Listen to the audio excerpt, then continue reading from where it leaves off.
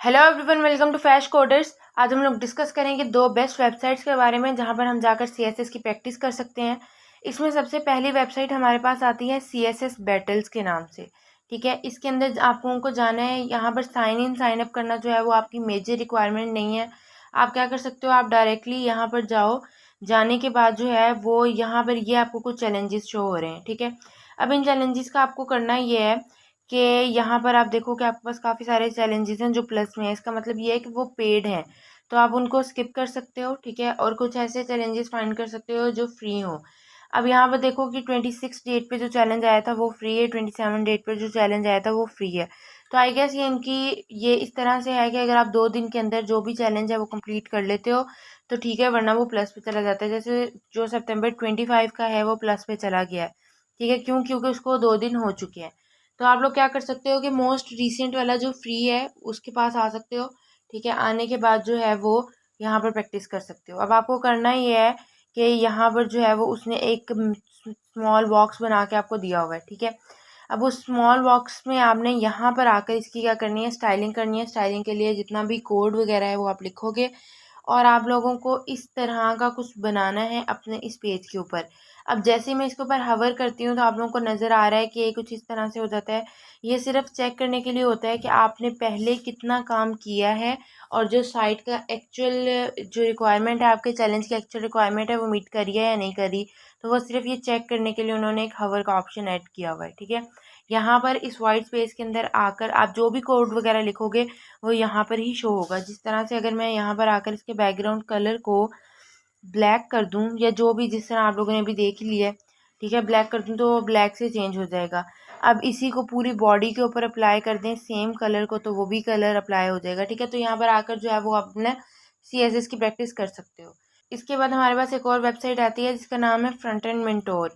तो इसके ऊपर जाके भी आप प्रैक्टिस कर सकते हो। इसको लॉगिन करने के लिए गिटहब का अकाउंट होना रिक्वायर्ड है। गिटहब का अकाउंट जो है वो कोई बहुत लंबी चीज़ नहीं है। ठीक है, आपको सिर्फ जाकर ईमेल और पासवर्ड वगैरह देना होता है और थोड़ा सा वेट करना पड़ता है, वो अकाउंट बन जाता है।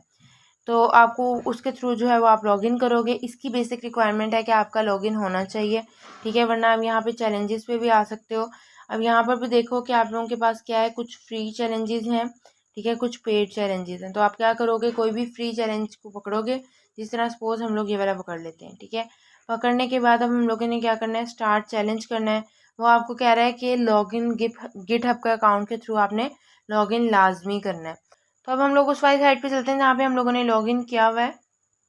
तो देखो ये मैं उस पेज पर आ गई हूँ। मैंने यहाँ पे जो है वो लॉगिन कर लिया था गिटहब के अकाउंट से। अब यहाँ पर हम लोग क्या करेंगे, चैलेंजेस पे जाएंगे और इसमें से फ्री वाले किसी भी एक को सिलेक्ट कर लेंगे। जैसे हमने ये सिलेक्ट कर लिया। ठीक है, अब इसके बाद जो है हम लोग क्या करेंगे, स्टार्ट चैलेंज करेंगे।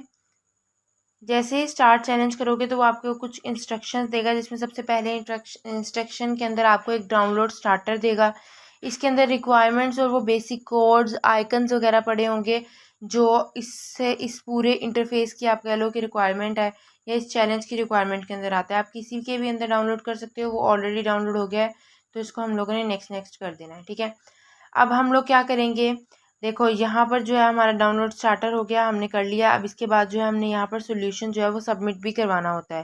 पहले हम लोग चल के देख लेते हैं कि जो हम लोगों ने डाउनलोड किया है वो हमें किस तरह से शो हो रहा है। ये हम इस फाइल में आ गए हैं। ये एक जिप फाइल होती है जिसको आप लेफ्ट राइट क्लिक करते हो। ठीक है, तो यहाँ से एक्सट्रैक्ट हेयर कर लो फाइल्स को। जैसे ही फाइल्स एक्सट्रैक्ट होंगी यहाँ पर आपके पास आ गया है। अब अगर आप देखो तो यहाँ पर हमारे पास कुछ बेसिक्स फाइल्स हैं जिसमें इंडेक्स की फ़ाइल है। ठीक है, इसी तरह रीडमी की फ़ाइल है। तो रीडमी की फ़ाइल के अंदर थोड़ी बहुत आपको इंस्ट्रक्शंस दी होंगी। ये जो है ये नोटपैड पे भी ओपन हो जाती है, लेकिन अगर आप इसको सिंपल क्लिक करोगे तो ये विजुअल स्टूडियो के अंदर ओपन होगी। ठीक है, तो ये हमारे पास जो है वो वाली साइट आ गई है।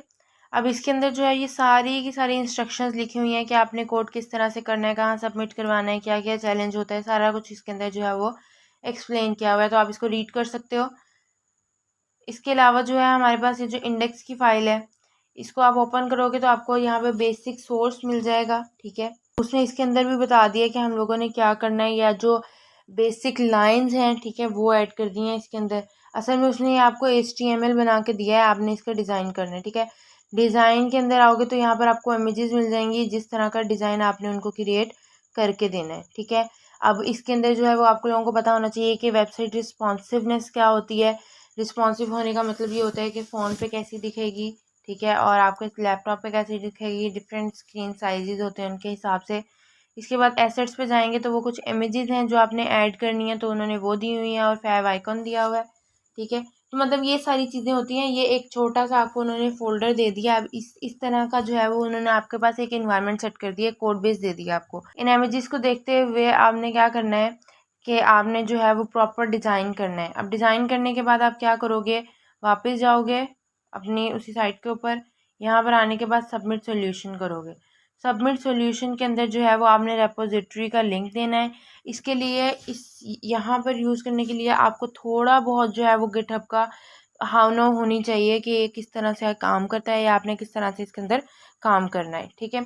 लेकिन ये भी है कि आपको यहाँ पे सॉल्यूशन सबमिट करवाने की ज़रूरत नहीं है। अगर आप लोगों को गिटहब का आइडिया नहीं है क्या होता है, बस यहाँ पर आओ, अपने चैलेंजेस फैच करो, ठीक है, उन्हें सॉल्व करो। अगर हो जाते हैं तो बहुत अच्छी बात है, नहीं होते तो बार बार ट्राई करो, ठीक है। और सबमिट करवाने का ऐसे जितना कोई इंपॉर्टेंट नहीं है। अगर आप करना चाहते हो तो आप देख सकते हो कि हमारे पास रेपोजिटरीज क्या होती हैं, उनके लिंक वगैरह क्या होते हैं।